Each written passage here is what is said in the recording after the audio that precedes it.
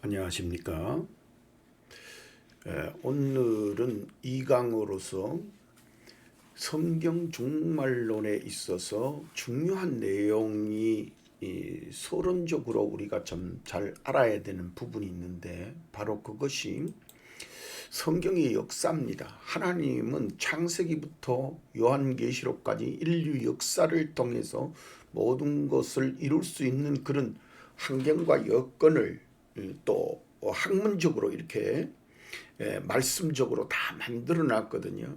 근데 이제 그런 것들을 우리가 발견하기가 어려운 부분들이 많았어요. 그러나 이제 종말이 다가오면서 그 역사가 자꾸 밝혀졌는데, 저도 오래전에 이 성경 공부를 하면서 그냥 단편적인 것만 이렇게 비유로 나오면 비유, 뭐 내용으로 나오면 내용, 학문적으로 나오면 학문, 그 단편적인 것만 알다가 이제 조금 성경을 연구하다가 보니까 성경에서는 모든 것이 짝이 있다. 이사야가 말하는 것처럼 또한 모든 것이 연동성을 가지고 있다. 또 신약은 구약이 해석해준다.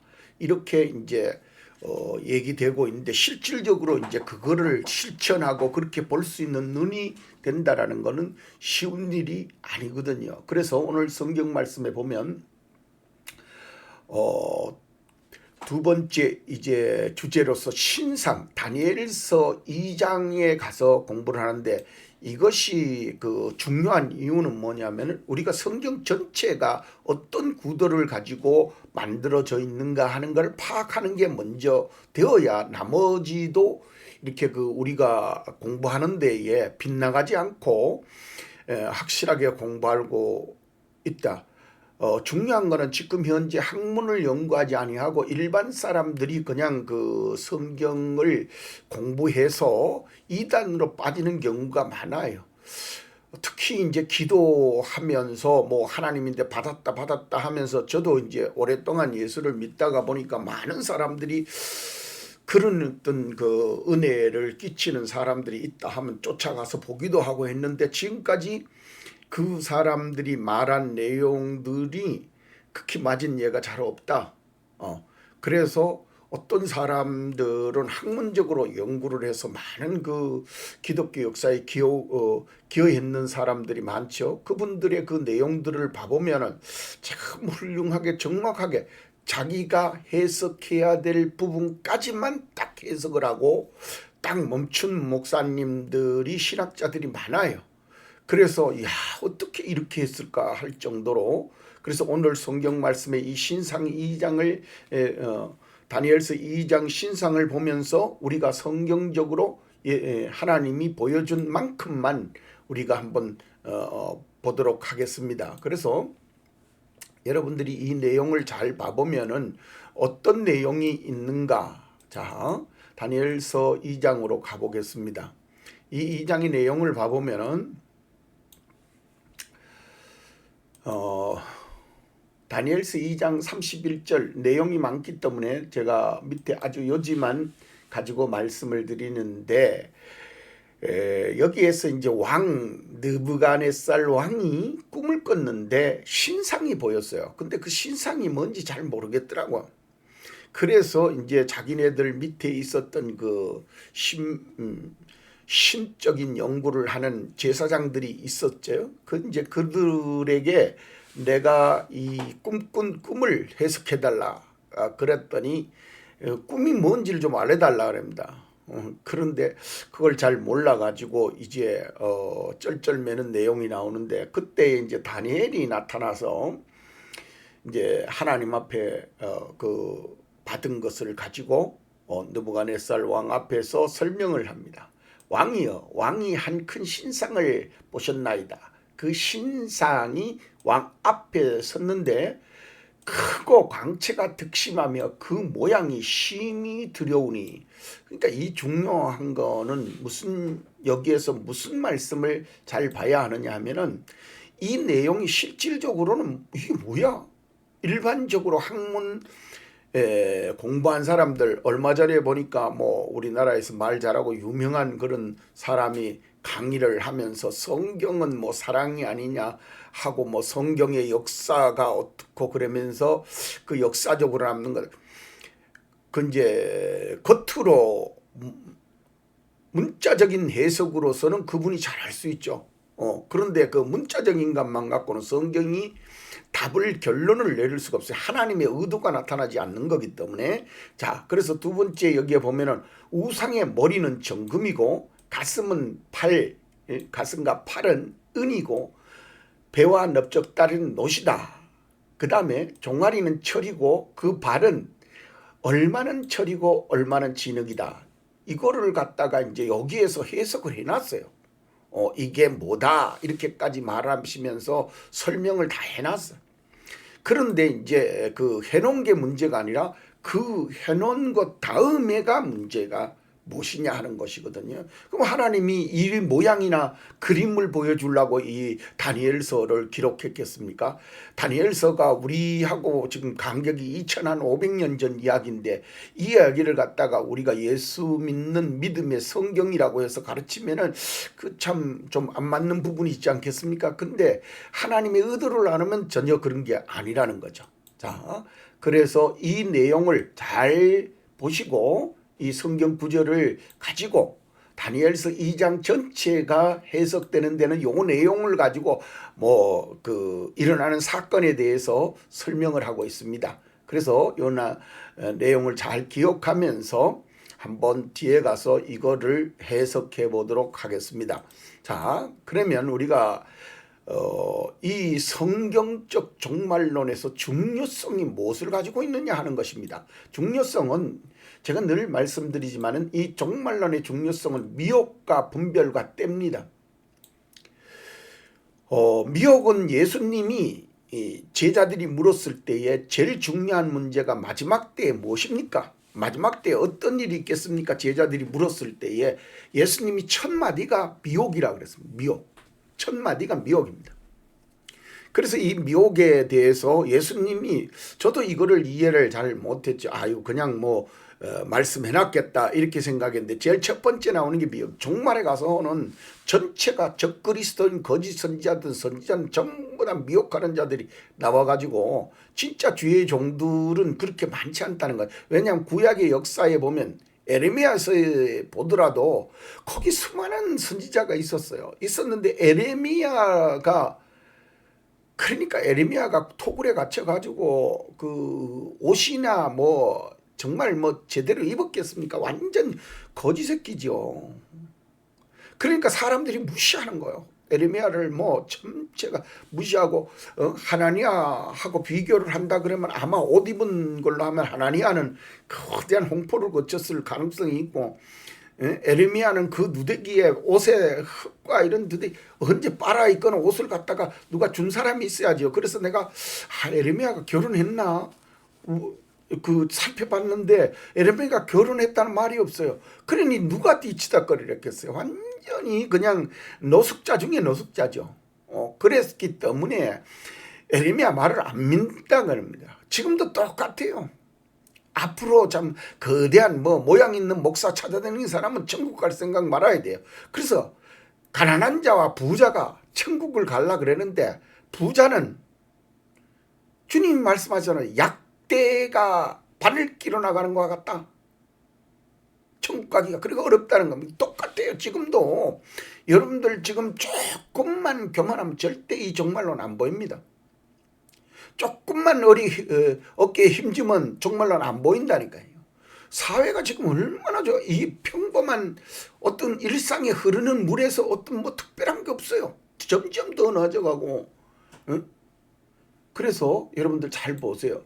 두 번째 이 때를 잘 알아야 되는데 마태복음 45절 여기 24장 45절에 나오는 이 내용을 보면은 때를 따라 양식을 나눠줄 자가 누구냐. 그래서 때.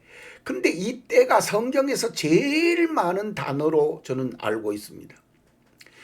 예, 제가 찾아본 바로는 2200번이나 이 때라는 말이 쓰였는데 뭐 2000번이라 그래도 이런 단어 한 단어를 가지고 이렇게 많이 쓴 예는 나는 못 봤어요.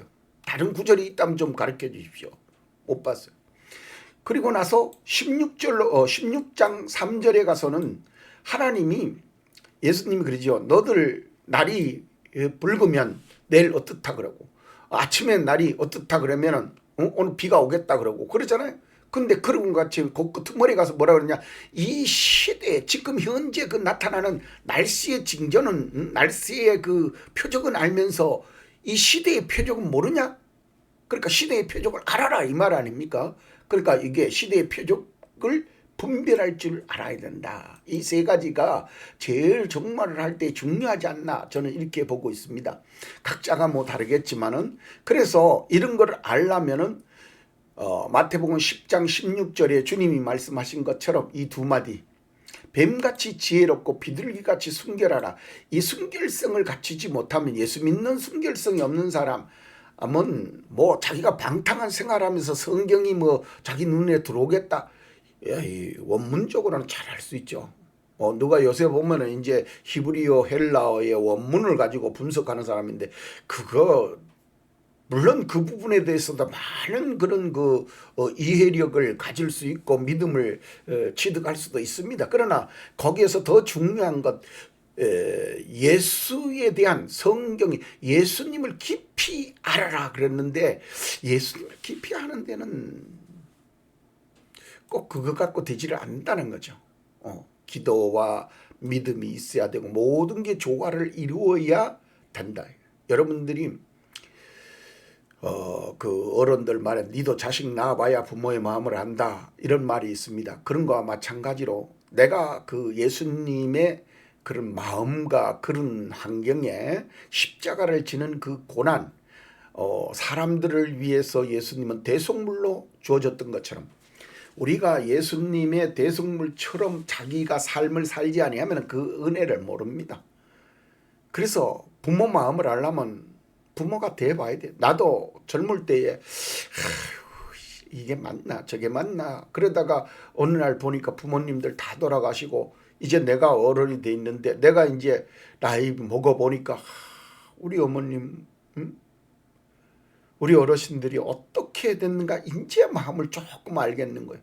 그리고 성경도 똑같아요. 그래서 내가 젊은 나이에 20대에 신학교를 거쳐서 이렇게 오랫동안 하다가 보니까 이제 주님의 마음을 조금 깊이 알 수 있는 그런 여력이 되는 것 같아. 근데 요새 금방 들어와 가지고 뭐 예수 믿는다고 하고 어떤 사람들은 내가 가보니까 목사 안수 준다 그래서 갔는데 나이 먹어가지고 있는데도 그냥 학교 다 그냥 다 건너뛰고 그냥 목사 안수만 받는 사람들 참 마음 아파요. 마음 아파. 그 사람들이 과연 예수의 마음을 알까요? 예수님 마음을 알까요? 글쎄요. 내가 봤을 때는 참 그러면서 또 요새 내가 이제 신학교에 있다가 보면 그래요. 자기 노년에 뭐 밭벌이를 하려 그러는지 뭐 하려지 말라 노년에 목사 돼서 일하려 그러는데 참 교회를 완전히 엉망으로 만들어요. 그런 사람들이 들어와서 정치는 또 잘해요. 그래가지고 정치하는 교단 정치에는 다 그런 사람들이 많이 바뀌었어요. 그러니까 물을 흐리는 거는 미꾸라지 한 마리지만 물을 맑게 만들려면은 참으로 2km 3km 내려가야 그 물이 맑아지는 거예요. 그런데 교단이 흐트러진 걸 그걸 맑게 만든다는 건 불가능한 일이요. 왜? 자꾸 흐트리고 있는데. 그래서 여러분들이 지금 현재 스스로 이 지혜를 터득하지 못하면 안 되고 이 순결성을 갖지 못하면 안 됩니다. 막 욕한다 그래서 그 사람이 순결성이 없어진 게 아니요. 그 참 이 세상에서 그 목사라는 개념이 있지 않습니까? 뭐 좀 거룩해야 되고 뭐 어쩌되 예수님도 이 독사의 새끼들아 그랬어요. 그러니까 딱 그러니까 예수님이 말씀하시는 그 순결성이 뭔지를 잘 이해하시길 바라고 이 종말에는 또한 우리가 제가 성경에서 말하는 이 다니엘서 2장에서 가장 중요한 거는 성경의 역사 그러니까 하나님의 역사의 중첩성이라는 거예요. 중첩성. 그래서 제가 삼중첩이라고 말씀드렸어요. 하나님이 다니엘서의 역사를 삼중첩으로 해놨다는 거예요. 종말론이 그만큼 알아내기가 어려운 부분도 있겠지만 알아도 안 믿는다는 겁니다. 노아가 방주를 몰라가지고 노아 시대 때에 다 물에 몰살당한 거 아니에요. 방주는 알아요 다. 그때 당시 마지막에도 예수님이 동에서 번쩍 서에서 번쩍 한다 그러잖아요. 다 한다 그러잖아요. 근데도 뭘 몰라요? 방주가 뭔지를 모르는 거죠. 웃기는 얘기죠. 방주가 뭔지를 몰랐기 때문에 안 타는 거예요. 방주 와서 타라 그러니까 농담으로 여겼더라. 웃긴다는 거죠. 한마디로 말해서 지금 앞으로도 똑같아요. 그래서 삼중첩을 할 때에 잘 들어둬야 됩니다. 이 성경 역사의 삼중첩 이거는 누구도 아마 잘 말씀 안 하셨을 거예요. 성경에 그래서 다니엘서에서는 보면 2장에서 신상으로 한 번의 역사, 다니엘서 7장에 내 짐승으로 또 한 역사, 다니엘 71회로 한 역사, 이렇게 해서 역사를 삼중첩으로 하나님의 절대 주권. 그래서 마태복음 24장을 그러잖아요. 이 세대가 가기 전 내 말씀은 천지는 없어져도 말씀은 안 없어진다 그럽니다. 그렇게 말했는데도 안 믿으면 뭐 할 수 없지요. 어떡합니까? 그래서 삼중첩, 하나님이 예수님이 이 말씀을 이렇게 세 번이나 중첩되게 역사를 말했다라는 것은 중요하다는 거예요. 근데 그 방향이 달라. 이 사람은 이렇게 이해할 수도 있고 이렇게 이해할 수도 있는데 오늘은 내가 이 다니엘서 2장을 통해서 요한계시록까지 어떻게 연결되는가까지만 말씀을 드리려고 합니다. 자, 그래서 여러분들이 이제 그 앞에서 읽은 신상에 대해서 좀 더 자세히 공부해 보도록 하겠습니다. 자, 여기에서 다니엘이 이제 그 꿈을 해석해 주죠. 다니엘이 꾼 꿈은 아닙니다. 느부갓네살 왕이 꾼 꿈이요. 그런데 그가 봤을 때 이런 신상이었다는 겁니다. 뭐 그 신상이 이게 뭐 꼭 이렇게 맞냐? 아닐 수도 있어요. 모양이 더 화려하고 뭐 아니면 거대하고 이랬다 그러니까. 근데 중요한 거는 이거죠. 머리, 가슴, 배, 종아리, 그 다음에 발, 그 다음에 뜨인 돌이 나와요. 거기. 그래서 이게 뭐냐? 그랬더니 성경에서 이제 설명하기를 그래요. 머리는 바벨론입니다. 이 그때 당시에 이제 다니엘이가 있었던 산 그 지역이 바벨론이었지 않습니까?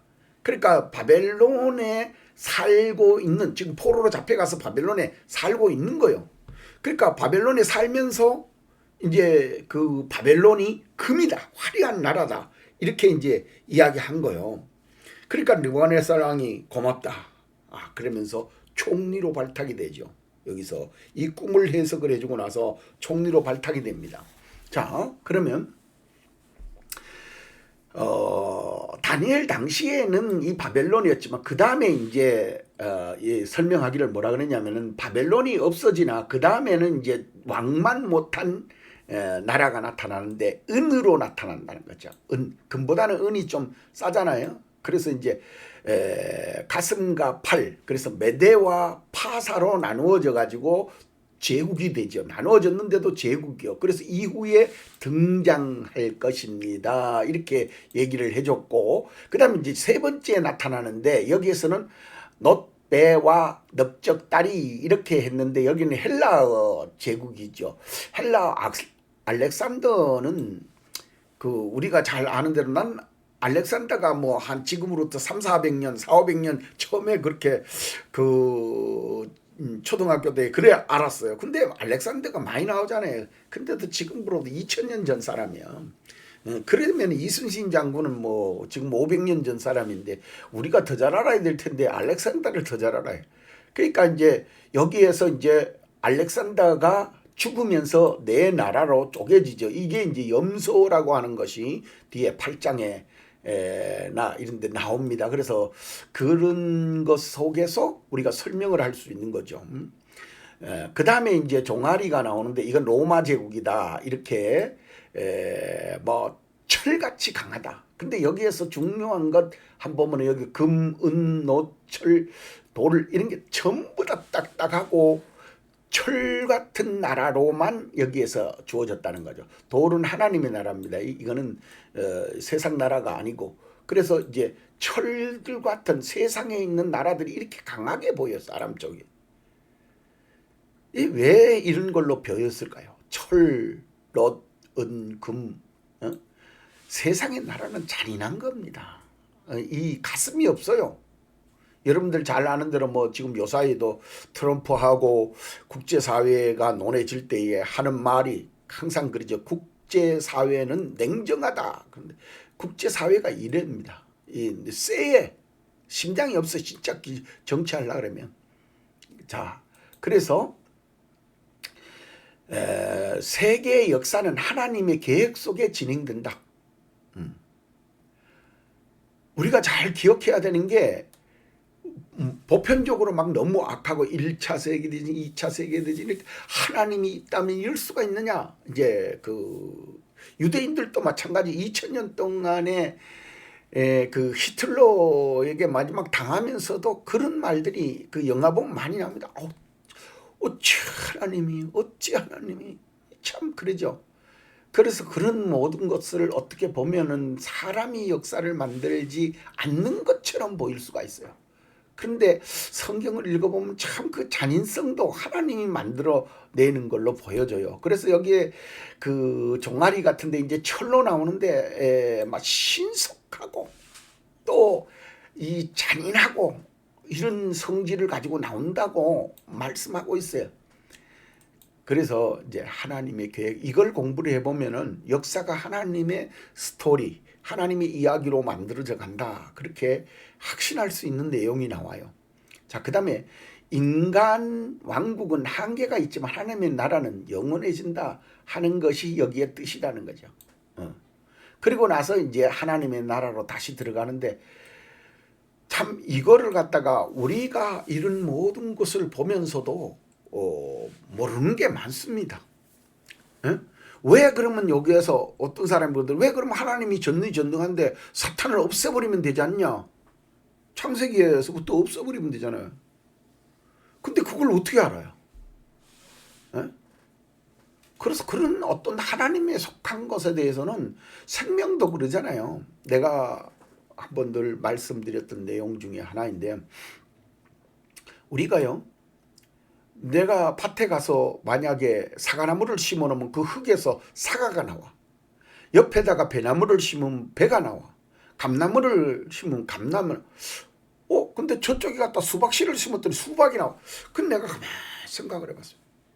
이 같은 흙에 그 씨앗에 따라 가지고 수박도 나오고 복숭아도 나오고 감도 나오고. 이야, 이 같은 흙에서 어떻게 이렇게 우리가 지금 과학적으로 이 흙을 가지고 분석을 해가지고 수박만 빼내고 참외만 빼내고 이래 할 수 있냐? 아직까지는 어렵습니다. 그렇게 했다는 말을 난 들어본 일이 없어요. 자, 그래서 우리가 어떤 일을 하는 데에 인간의 한계성, 참 옛날 보다가는 뭐 생명공학 같은 게 발전해 가지고 복제인간까지 그것도 유전자를 그 난자와 정자를 가지고 이렇게 끄집어내 가지고 뭐 또 그것도 난자 안에다 넣어줘서 정자를 난자 안에 넣어줘서 할 수 있다든지 뭐 또 대리모를 만든다든지 이래 가지고 짐승을 복제한다든지 뭐 이런 건데 그 유전자 그 정자나 난자를 못 만들지 않습니까? 그와 같이 하나님 안에 있는 그 생명에 모르죠. 앞으로 뭐 100년, 1000년 가고 나면은 그것이 또 만들어낼 그런 능력이 나올 수도 있겠죠. 지금 이제 그러다가 이제 AI라는 게 기계로 만들어져 나오는데 그게 머리에 세포처럼 그 사람의 머리에 그런 윤곽처럼 만들었다고 그러잖아요. 그래갖고 이 반도체가 어느 정도 숫자가 될 때는 뭐 그냥 일반적인데 어느 숫자를 넘어가니까 저렇게 AI처럼 똑똑해지더라 그런 말이 나옵니다. 그래서 이런 것을 보고 무엇을 알아야 되는가 하는 걸 여러분들이 명확하게 이해해야 돼. 성경 이 삼중첩 즉 중첩된 역사를 왜 하나님이 만들어 놓으셨을까? 그거를 여러분들인데 가르쳐 드리려고 하는 것이고 그렇게 또 가르치는 사람들을 내가 그 역사를 그렇게 포괄적으로 분석하는 사람들을 만나보지 못했어요. 자, 그 다음에 여러분들이 잘 봐야 되는 게 이게 구도상에 이제 나오지. 아까 신상에서 나왔을 때 요거까지는 이제 다 봤고, 또 재료도 이렇게 철로 된 걸 다 봤는데, 그때 당시에 이제 연도수가 맞냐 안 맞냐. 자, 바벨론 제국이 53년도 539년도에 망했어요. 망하고 나서 그 다음에 이제 그 바사 제국이 쳐들어와서 로마를 망가뜨리고 바사 제국이 만들어졌는데, 그 다음에 또 이제 이들이 망가져서 그리스 제국으로, 헬라어 제국, 여기에서 이제 알렉산더 대왕이 나와가지고 얘가 나이가 30살 때 죽었죠. 그래서 참 여기에 보면은 이제 신속하게 그리스 제국이 만들어졌다가 무너지죠. 그 다음에 이제 로마 제국이 나오는데, 로마 제국이 AD 476년까지 이어지죠. 이 중간사에 이제 예수님이 여기서 이제 탄생하셨는데, 여기 로마 제국 시대 때의 이 탄생함으로 인해 가지고 이 로마 제국은 끝까지 하나님 앞에 악을 행합니다. 이 다 네 제국이 다 똑같아요. 이 장소가 끝까지 하나님 앞에, 여기에서 끝까지 적그리스도가 만들어지는 그런 환경이 나올 거라고 보여집니다. 자, 그래서 이게 이제 황금이라고 하는 것은 영광, 은이라고 하는 것은 황금만은 못하지만은 그 다음 제 영광, 또 은은 그 밑에 이제 동이니까 그 은만 못하지만 동 같은 그런 화려한 능력, 이제 철이죠. 이런 강하면서 그런 성격을 가지고 있는 나라들이 실제로 나와서 존재했다고 하는 것을 여러분들이 명심하고, 이제 남은 건 뭐냐? 10발가락. 마지막에 신상에서 마지막 이제 종아리를 거쳐서 내려가면 발이 남지 않습니까? 그것만 남아 있다는 거예요, 여기가. 근데 요거를 이제 요한계시록에 가면 자세히 분석을 할 거니까 제가 이제 여기에서 이것만 여러분들이 알고, 우리가 이것이 맞았기 때문에 요것이 어떻게 될 것이냐 하는 걸 공부할 줄 알면 됩니다.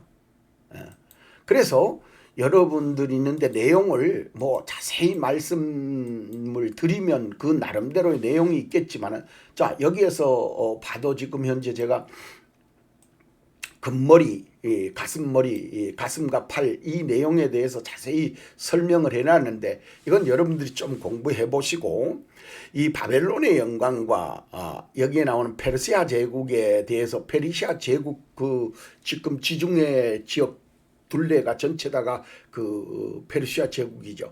그 이제 제국들이 이런 것이 성경하고 맞나 안 맞나, 이런 걸 비교해 보면 참 재밌습니다. 그리고 이런 걸 통해서 하나님인데, 하나님이 이리 역사했구나, 하나님이 이렇게 인류의 역사를 지배하고 계시는구나 하는 것을 분명하게 느낄 수 있습니다. 세 번째 이제 나왔던 것이 넓적다리, 여기 그리스인데 알렉산더 제왕, 우리가 그 알렉산더에 대해서도 잘 알려져 있잖아요. 이 사람이 날이 29살인가 세계를 다 정복하고 나서 정복할 곳이 없어서 울었다고 하는 그런 뭐 이라도 전해지는 그정. 그러니까 여기에서 그 사람이 이렇게 빨리 나라를 정복할 것을 예언하고 있어요. 근데 그게 어떻게 성경에 나올까, 이렇게 말하고 싶을 정도로 그런 게 있다는 거죠. 그래서 여러분들이 좀 더 성경을 연구할 때에 그냥 일반적으로 연구하지 말고, 하나님의 뜻이 세상에 어떻게 맞춰졌느냐, 세상에 어떻게 맞춰 나가느냐 하는 것을 정확하게 이해하면 하나님을 안 믿을 수가 없어요. 하나님이 안 믿을 수가 없다니까요. 그래서 여러분들이 잘 기억하시고, 여기에서 이제 문화적이나 헬레즘 문화 뭐 이런 것이 나오고 이러는데, 이때에 이제 여기에서 4개 나라가 만들어진다고 하는 것이 성경에도 나와요.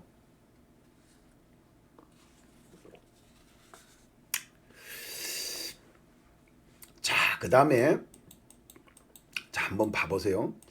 로마 제국은, 우리가 로마를 모르는 사람들은 거의 없죠. 로마 제국에 대해서 나와가지고 온갖 우리 코바디스 영화라든지 베너 영화가 다 로마 제국의 배경으로 나오지 않습니까? 그래서 여기서 로마 제국이 나와가지고 그 왕들이 얼마나 그 잔인성을 가지고 나오는지 그게 바로 철의 잔인성이잖아요. 이게 냉철하잖아요. 그냥 한마디로 인간이 아니에요. 왕은 뭐 무죄다 이런 무다 이런 말이 우리나라에도 있듯이 아주 냉정합니다. 철문화. 그래서 이제 나머지 하나 남은 거는 여기까지는 다 받친데 이 밑으로 이제 내려오면서 발가락 여기에까지 오는 데는 여기는 공백 기간이 주어지더라는 거죠. 제가 먼저 시간에 말씀드렸던 내용에도 보면은 있습니다. 공백 기간이 왜 하나님이 공백 기간을 뒀느냐 하는 연구도 필요합니다. 교회사를 연구해 보면은 나오고 우리가 성경에서 다 모든 계시는 끝났지만 한 것만 안 끝난 게 있어요. 그게 사도행전이잖아요. 사도행전은 성령장로로서 성령은 우리 마지막 때까지 역사하는 게 성령이잖아요. 그래서 사도행전은 제가 말씀드리지만 끝나지 않았어요. 거기 끝나고 나서 바울이 성경 외쪽으로도 나가면서 그가 결국은 순교했다 그러잖아요. 순교하면서 많은 사람들을 전도해서 거기서 또 성령 받은 사람들이 계속 역사를 이어져서 또 그 사람들이 로마로부터 시작을 해서 동로마, 서노마, 유럽, 지금의 러시아 정교회, 아프리카 쪽 다 전도됐잖아요. 그게 이제 성령이 퍼져나가는 거니까 그것이 교회사가 하나의 성경이 된 거예요. 사도행전이 사도행전, 행전이라고 해도 교회사는 가언이 아니다.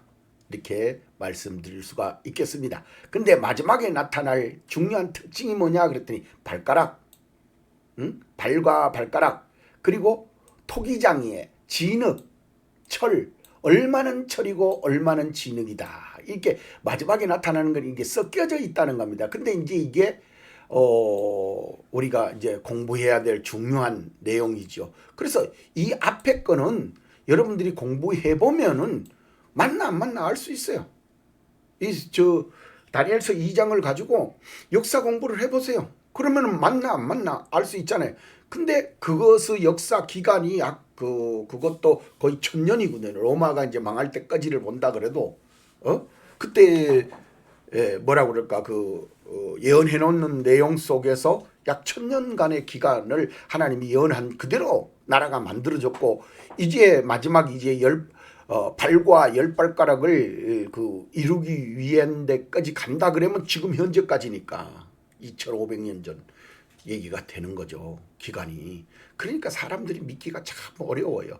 그래서 제가 좀 더 구체적으로 말씀을 드리면 다니엘서 2장은 이렇습니다. 다니엘서 2장에서 제가 먼저 번에 여기서 말씀드렸듯이 이 다니엘서 2장이나 7장이나 70일이나 절기나 다 중간에 이게 뭐가 있어요? 공백기가 딱 있어요. 딱 이 공백기가. 그래서 어떻게 공백기가 있느냐 하는 문제는 이 하나 절기나 70일이나 이 다니엘 7장 같은 데 가서 자세히 공부를 하시고 이 공백기가 일률적으로 맞춰져서 이렇게 있다라는 거 하나님이 계획했는 거. 그 다음에 또 마지막 부분에 가서 요 내용을 이제 우리가 남은 부분이라고 봐요. 그래서 여기가 대환란 시대에 들어가는 내용의 그 기점이 돼요. 이게 마태복음 24장에 가서 뭐가 나면 비유와 연결이 되면은 하나님 앞에 이게 돼. 그러니까 성경을 포괄적 전체적으로 이해하지 못하면은 이걸 풀어내기가 어려워요. 뭐 성경 막 10번, 20번 읽어봐야 뭐 할 겁니까? 그 연결되는 발목이 어디에 붙었는지 발가락이 어디 붙었는지 알아야죠. 발가락하고 이 7머리 10꿀하고 붙었는데 이 붙었는 것이 어떻게 붙었는지를 또 알아야 될 거 아니에요. 이게 대해서 자기 자신이 확신이 있어야 돼요. 여기에서 오순절날 초실절이 끝나고 나서 여기에서 나팔절까지 어떻게 나팔절이 어떻게 붙어질까 하는 것을 공부해 봐야 될 거 아니에요. 근데 이거를 기도한다고 알아지는 거 아니에요. 이거는 성경이 예언되어 있으면 예언대로 알아야 돼요. 공부하는 건 공부로 예언. 그 다음에 기도는 기도로서의 예언. 아까 신상 이 집장 이거는 아니 느부갓네살 왕이 지가 꿈을 꾸놓고는 꾸말하래라는 거예요. 모르면 널 다 죽여버리겠다는 거예요. 그러니까 이제 이걸 어떻게 알아내? 이걸 공부해가지고 알아낼 수 있어요. 이거 공부해가지고 안 돼. 거기에 있던 그 박수들을 다 죽여버리겠다잖아. 그러니까 놀래가지고 얘들이 뭐 그건 뭐 신이 아닌 이상 어떻게 알아내겠냐. 근데 이제 다니엘이가 알아내가지고 알아낼 때 그러죠. 하나님 하고 기도하니까 하나님 보여주셨다 그러잖아요. 그러니까 그거는 기도해야 되죠. 그럼 기도해서 해결할 문제. 이 모든 곳이 다 그러니까 뭐 어떤 사람 뭐 기도만 하면 되는 아니요. 성경은 성경을 연구해야만 성경에서 성경을 해석할 수 있는 거예요. 자, 그래서 지금 남은 거는 그럼 뭐냐? 남은 그 기간이 그럼 뭐냐 하는 것이거든요. 자, 여러분들이 보세요. 여기 이제 여기까지는 제가 말씀을 쭉 드렸으니까 여기는 빼고 이 다음부터 여기에서 이제 10발가락 10뿔 이 내용이 이제 겹쳐지는 내용인데 자, 다니엘 신상에서는 10발가락 발 10발가락 그 다음에 신상으로 내려가서 이제 요한계시록 쪽으로 가면은 7머리 10뿔과 만난다. 그 다니엘서 7장에서도 7머리 10뿔이라고 말하고 있어요. 그런데 이게 이제 요한계시록에 가도 7머리 10뿔이라고 나와. 그럼 여기에서는 여기 다시 한번 봐보면은 여기에서 여기가 연결되고 또 여기서 여기가 연결되고 여기서 여기가 연결되고 이렇게 연결이 됩니다. 그런데 이제 70일에로 가면은 여기에서는 한일회라고 하는 것이 나와요. 한일회. 69일에는 끝났는데 그리고 나서 여기서 딱 붙여버리는 거예요. 또. 이 한일회가 장차 이러면서 한 절만 딱 나오니까 세심하게 성경을 읽지 않고 또 배우지 아니하면은 그것이 끊어졌는지 안 끊어졌는지 잘 모릅니다. 성경을 읽다가 보면 그냥 읽어버리는 거지. 그 연속적으로 이어져. 근데 그게 끊어진 것이 이게 2000년, 뭐 2500년 되죠. 2500년 기간에 이 거리가 있는 거예요. 그래서 역사적으로 봤을 때에 로마가 4세기 정도에 망했다고 본다 그래도 5세기 치고 지금으로부터 1500년 정도의 거리는 있는 거예요. 이게 약으로 따져도. 그래서 이거를 어떻게 알아낼 것이냐. 그래서 이 한일회를 연구를 해가지고 이제 한일회는 7일이잖아요. 1회니까 7일인데 이게 성경적으로 해석하면 7년으로 해석하죠. 7년으로. 그래서 7년으로 해석하는데 거기에서 다니엘서도 한때 두때 한때 두때 반때 그쵸? 1260일 3년 6개월 그래서 7년 반으로 나눠가지고 거기 다니엘서 9장 27절에도 보면은 거기에 미운 물건 이 한일의 언약을 세우겠다 그렇게 말씀하는 게 내용이 나와요. 그래서 여러분들이 이런 것을 봄으로써 하나님의 역사가 이렇게 쭉 이어져 간다는 걸 알 수 있어요.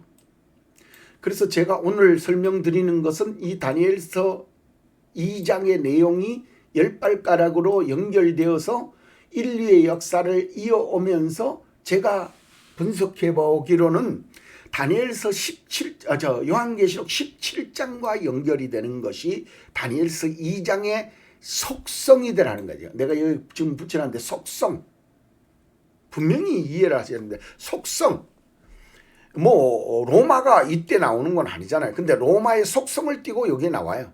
그 외형적 속성이냐 내적 속성이냐 내적과 외적의 속성을 혼합적으로 나오는 것이냐 뭐 이런 정도만 남았습니다. 그런데 얼마 전까지만 제가 이제 배울 때도 보면은 많은 목사님들이 이런 짐승의 내용이 13장에도 2마리가 나오고 17장에도 2마리가 나오는데 이게 거의 하나로 풀더라는 거죠. 그래서 저도 이제 그때는 성경의 깊이가 없었기 때문에 그런갑다 하고 풀었는데 자꾸 걸리는 거예요. 그리고 지금 와서 보니까 이 4마리에 여기에 이제 요한계시록에 보면 짐승이 6마리가 나오는데 6개가 다 다르더라고요.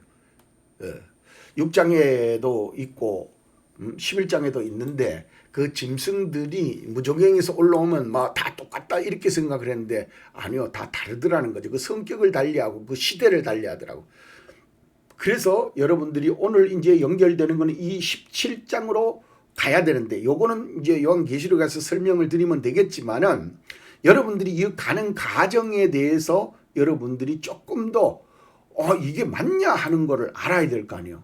그래서 하나님의 작정된 역사의 비밀 상중첩 다니엘서 2장 7장 70일에 이게 삼중첩이라는 거예요. 세 번이나 똑같은 역사 인류 역사를 이렇게 말씀해 놓았다는 거죠. 그래서 여러분들이 이것을 공부해 보세요. 그러면 이해가 좀 많이 가실 거고 하나님 믿는데 상당한 도움이 될 겁니다. 자, 그래서 여기에서 이제 좀 더 그 2장의 내용을 자세히 본다 그러면 자, 2장과 그 지금 17장의 내용을 조금만 비교해 봅시다. 지금 금머리에서 바벨론 제국이 600 이제 주전이죠. 주전 500년 전에 600년 전에 이게 나왔어요. 나라가. 그래서 이제 나라가 나왔다가 없어졌는데 이 바벨론이 요한계시록 17장 5절에 보면 큰 바벨론이라고 묘사를 하면서 여기에 이제 바벨론은 망했다. 결국 이제 여기 17장 18장에 가면서 이 바벨론이 완전 멸망받죠. 여기에서 이제 완전 끝장납니다. 바벨론이. 그래서 왜 바벨론이라는 말이 여기서 나오느냐. 이 바벨론이. 근데 왜 어떤 것을 가지고 이 바벨론이라 그러느냐. 이 바벨론이 금같이 화려했던가 봐요. 정말 그때 당시에 어떻게 화려한 그런 나라였다고 볼 수 있는 그런 민족이었는 것 같아요. 그래서 이제 바벨론이 또 끝나면서 메대와 파사죠. 이제 메대와 파사의 성격, 그 은 같은 그런 성격. 그래서 적그리스도의 통치 그러니까 법률이 아마 메대 파사에서는 굉장히 강했다고 보여져요. 이 법률적인 거. 나라를 통제하는 데에 아주 억압적 통치를 하기 위해 가지고 이 법률적 율법에서 이어지는 이런 법률적으로 아주 강하게 만들어 갖고 메대 파사가 나온 것 같아요. 그 다음에 이제 그리스 이 사람은 알렉산더 대왕으로서 그냥 뭐 정복하는 데만 막 신속하게 유럽을 다 그냥 휩쓸어 버렸죠. 그리고 나서 그냥 갑자기 병 걸리가 죽습니다. 이 표범같이 그냥 날쌘 그런 어떤 속성 이런 것을 가지고 있었다.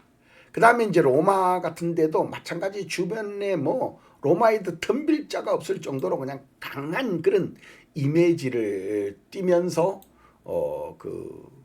로마 제국이 만들어졌다. 근데 로마 제국이나 여기에 이 제국들은 이제 이어져서 이렇게 한 나라에 이어져서 내려오잖아요.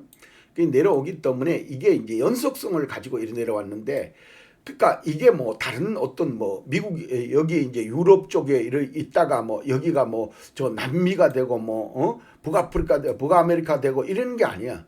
여기에서 계속 그 나라가 망가지고 또 만들어지고 또 망가지고 만들어지고 만들어지고 이런 것처럼 지금까지 그래오면서 여기 로마나 여기에 자리에서 요것이 17장에 가면은 전에는 있었다가 시방은 없으나 전에 있었던 그 7제까지에서 8제 왕이 나오겠다 그래요. 그러면 이거는 땅의 성질, 그 지역의 성질을 그대로 갖고 나온다라는 얘기가 되거든요. 그래서 이제 여기에서 열불, 그 다음에 이제 거기에 뭐 무적행으로부터 올라오는 짐승, 그것이 연동된다. 그 연동이 되었을 때에 그러면 지금 어느 지역이고 어떤 나라들인가 봤을 때에 참 제가 연구해 본 바로서는 지금은 아니지만 지금은 약해 있지만 거기에서 나올 그 지역에서 나올 가능성이 있더라. 자, 그 다음에 여러분들이 잘 아셔야 되는 게 이 나라가 나와가지고 뭘 했습니까? 중요한 거는 그겁니다. 로마 제국 때에 로마의 식민지였죠. 디토 장군이 약 70년경에 와가지고 로마를 유대교를 완전 유대인들을 없애버렸죠. 이스라엘을 완전히 없애버려 초토화시켰습니다. 그래서 기억해야 됩니다. 이 나라는 망할 수밖에 없다는 거죠. 왜 그러냐면은 아브라함 창세기 12장 3절에 가보면은 너를 축복하는 자에게 내가 복을 내리고 너를 저주하는 자에게 내가 저주를 내리니 땅의 모든 족속이 너로 인하여 복을 얻으리라 그랬어요. 그러니까 이들이 로마나 이들이 뭐라 그랬어요? 이스라엘을 초토화시켜 버리잖아요. 그러니까 하나님이 마지막 때에 가서 이들을 하나님 말씀대로 징벌될 거라는 거죠. 그렇죠? 그래서 여러분들이 하나님의 그 역사를 알면 우리가 믿음에 상당히 도움이 될 수 있다. 그래서 종말론을 해석하는데도 그렇게 어려운 문제가 아니라는 것을 여러분들이 조금만 이해를 하시면 나온다. 그래서 다니엘서 2장은 인간들의 왕국의 흥망성쇠를 쭉 보여줬어요. 바벨론이 없어지고 페르시아가 나오고 페르시아가 또 헬라가 없애고 또 새로운 왕이 나오고 로마 이제 마지막 분열 왕국 이제 그 열 발가락이라고 하는 이것이 나오겠죠. 그래서 이제 여기 이게 있었는데 여기까지가 있는데 이 뒤에가 안 나오겠냐 이거죠. 뒤에 가서 내가 자세히 보여드리기. 그래서 신상의 각 부분에 금속으로 구성되었다. 왜 금속이냐? 금속은 이 뜨거운 마음, 사람의 어떤 건 이렇게 뭐라 그럴까, 옳고 그름을 재고 뭐 이런 게 없어요. 그냥 냉정한 그 철의 성질을 나타내는 거죠. 그래서 제국들이 점점 강해지나 하나님의 나라에 의해 멸망될 거라고 하는 것이 요한계시록의 마지막에 하나님의 어린 양이 나와서 완전히 초토화시킬 것을 말하고 있습니다. 자, 그 다음에 여러분들이 이제 좀 마무리를 지으려고 하는 내용인데, 자, 여러분들 여기에서 제가 앞에 말씀드린 삼중첩, 하나님의 작정된 역사라는 거죠. 예정, 하나님이 예정해놨다. 이건 변개가 없다는 거죠. 그래서 여러분들이 장로교의 신학 중에 하나 교리가 그렇지 않습니까? 하나님의 절대 주권, 하나님의 절대 주권, 하나님의 작정, 이것은 변개가 없는 겁니다. 그런데 자기 개인을 갖다 놓고 저 사람이 맞냐, 작정됐냐 아니냐, 예정이냐 아니냐, 하나님의 예정이 이게 돼 있나 안 됐나 한번 봐보세요. 이걸 연구해서 여러분들이 맞힐 수 있으면은 하나님의 모든 작정은, 역사 계획은 하나님의 작정 안에 있는 겁니다. 예정 안에 있는 거예요. 그래서 요한계시록 23장, 마가복음 13장, 누가복음 21장 같은데 내용은 삼중첩 겹쳐 있어요. 똑같은 내용이 겹쳐 있어요. 그러니까 어떤 사람 보면 마가가 본 거하고 누가가 본 거하고도 다 자기네들이 본 대로 기록했을 것이다. 그건 맞죠. 그렇지만 그것을 성경 이 삼중첩에 비교하면은 왜 똑같은 사람이 이 세 개의 역사를 기록했을까요? 거기에도 보면 그러니까 마태, 마가, 누가까지가 비슷한 내용으로 똑같지는 않습니다. 비슷한 내용 한 단어 두 단어 더 들어가면서 빼기도 하고, 그래서 삼중첩, 중첩성을 가지고 있다. 왜? 절대성, 하나님의 절대성을 나타내고 있다. 하나님의 절대 주권으로 설명하실 거다라는 거죠. 그래서 우리가 좀 더 성경을 그 구도를 한번 자세히 한번 봐볼까요? 자, 구도를 봐보면 그렇습니다. 여기에 이제 그 지금까지 설명했던 꿈의 해석과 다니엘서 2장의 내용을 쭉 설명을 했는데, 여기에서 지금 꿈을 꿨어요. 꿈의 해석, 여기 바벨론이야.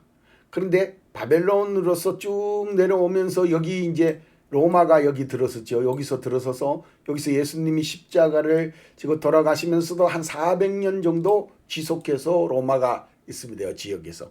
그래서 여기에서 여기까지의 역사가 하나도 안 틀리고 딱 맞았다는 거죠. 그렇다면 여기에서부터 여기까지의 하나님의 써놓은 이 예언의 말씀이 맞느냐 틀느냐, 맞겠느냐 틀겠느냐, 그건 여러분들이 판단해야죠. 왜 그렇게 이렇게 해놨을까요? 하나님이 여기 거를 보고 이거를 믿어라, 이거 아닙니까? 그러니까 하나님 모든 것은 다 그래요. 이것을 앞에 거를 보고 뒤에 거를 믿어야 되는 거예요. 예수님이 초림 때 와서 믿음을 보여줬고 다 했기 때문에 재림 때 내가 또 오겠다. 다시 와서 다시 온다는 말을 재림. 그래서 그때 올 테니까 너희들이 그 사이에 뭐하라는 잘 믿으라. 이제 재림 때에는 끝나니까 그때는 더 잘 믿어야 된다. 그래서 같이 천년왕국 들어가자. 이게 예수님의 의도잖아요. 자, 그래서 여러분들이 이런 거를 볼 때에 삼중첩이라고 하는 이 말씀을 좀 더 여러분들이 기억을 잘 하셔야 됩니다. 여기에서 주어진 사건, 여기에서 주어진 사건, 여기는 공백이죠. 공백 기간이 이렇게 있는데 이 공백 기간을 교회 시대, 성령 시대 그렇게 말씀을 하고 있죠. 그래서 사도 시대를 거쳐서 이 교부 시대 이런 걸 거치시고 여기 이제 종교 개혁이 일어나면서 우리가 여기에 도착을 하는데 자, 이런 모든 것을 보면서 중첩됐다는 의미가 뭐냐 하는 거죠. 중첩되니 이게 여기에서 중첩된 내용들이 마지막에는 안 맞겠냐 맞겠냐, 요한계시록이 맞겠냐 안 맞겠냐. 성경에서 보면은 유다서까지 그 뭐라 그럴까 다 예수님의 기록으로 이미 끝났다 이거죠. 거기까지는 다 맞추고 하나님의 이론적으로 다 맞췄는데 그러면 요한계시록 한 책은 하나의 비밀로 남아 있었는데 그거는 맞겠냐 안 맞겠냐. 주님의 의도가 제가 봤을 때는 그거예요. 그래서 앞에 게 다 맞았으니까 뒤에 것도 맞을 거 아니냐. 그러므로 너희들은 믿어라 하는 거잖아요. 너희들을 믿어라. 에? 우리가 이제 안 믿으면은 뭐 어떡할 거예요? 이 정도까지 보여줬는데도 여러분들이 목사들이 연구를 안 한다? 연구를 안 해서 안 믿는 거야. 어찌할 수 없잖아요. 그래서 성경은 마지막 때에 믿는 자는 믿겠고 믿지 않는 자는 우둔해가지고 안 믿는다는 겁니다. 그래서 깨어 기도해라. 깨어라. 그 깨어라는 게 뭐예요? 내가 봤을 때는 이 아주 낮아진 그런 위치에 자꾸 들어가지 않으면은 절대 이 하나님의 말씀과 은혜를 깨달을 수가 없어요. 마지막 때 더 그래요. 지금 이제 AI가 나오고 양자 컴퓨터가 이제 앞으로 만들어지고 하면은 이 성경이 완성되리라는 것이 명확해지더라고요. 제가 볼 때는 AI가 이렇게 만들어지라고 생각을 못했어요. 그래서 AI와 이제 앞으로 양자 컴퓨터가 나오면 세상이 좋아지기 때문에 뭐 종말이 있겠느냐? 그렇게 생각할 것 같아 일반 사람들은. 근데 제가 좀 낮아져서 이걸 자세히 듣다 보면은 오히려 그때가 오히려 하나님의 그 종말이라는 게 노아 시대 때와 같다 그랬으니까 끊어지는 게 아니라 다음 그 뒤에 그러잖아요. 성경에서 봐도 천년왕국이 있다. 그러니까 앞에 있었던 많은 그 어떤 신학자들이나 어떤 교단들은 무천년선 그리고 또 후천년설 그러니까 천년이 지난 다음에 예수님이 오겠다 뭐 이렇게 얘기를 하시는 사람도 있어요. 근데 성경적으로 봤을 때 환란이 끝날 무렵에 예수님이 오셔서 그때에 하나님의 역사가 일어나고 그 다음에 천년왕국으로 들어가자 이것이 아니겠느냐. 성경의 그 순서로 봤을 때 그렇게 되어진다는 거죠. 그래서 여러분들이 하나님이 이 다니엘서 2장에서 보여주는 거는 신상을 통해서 내 역사를 다 보여줘서 그 설명까지 다 해놨잖아요. 응? 메데파스의 바벨론 다 설명을 했다 이거예요.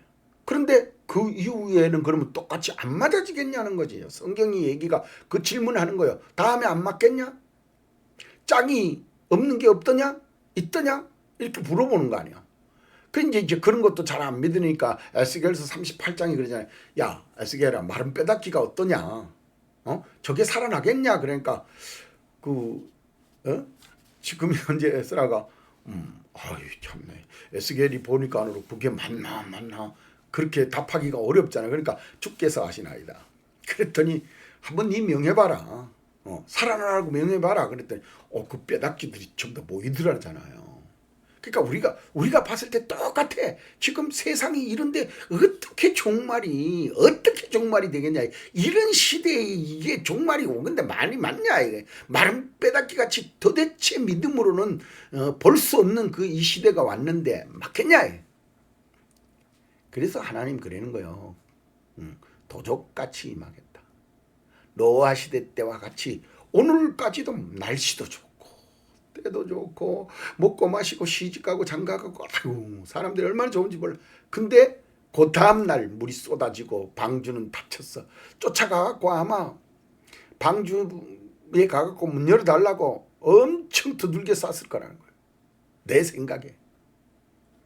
자, 그래서 여기에 있었던 일이 여기에도 일어나겠느냐. 그래서 여기에서 예언했던 내용이 여기에 이루어지겠느냐. 한 일에 이 자그만한 거 7년